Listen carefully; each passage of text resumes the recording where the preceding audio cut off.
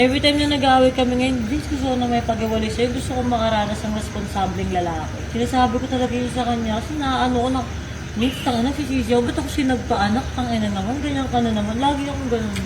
Ngayon na, kaya naiinis ako kasi ganito ako magsalita. Tapos sinasabi ko, Vince, next time di ko ito sabihin, baka gawin ko na.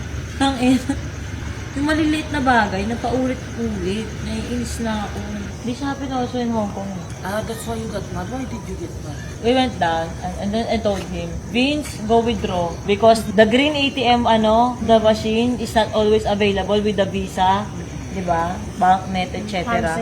And then he said, I'm gonna go withdraw. Okay. And then he keeps on playing with, talking with Tyronia, nonsense stuff, and they're laughing. And then, so I thought he already withdraw. And then, he booked the Uber. When we went down, we're waiting for the Uber, like 3 minutes, it's gonna go na. Oh, I forgot to withdraw. Huh? I thought you withdrew already. So I'm just like,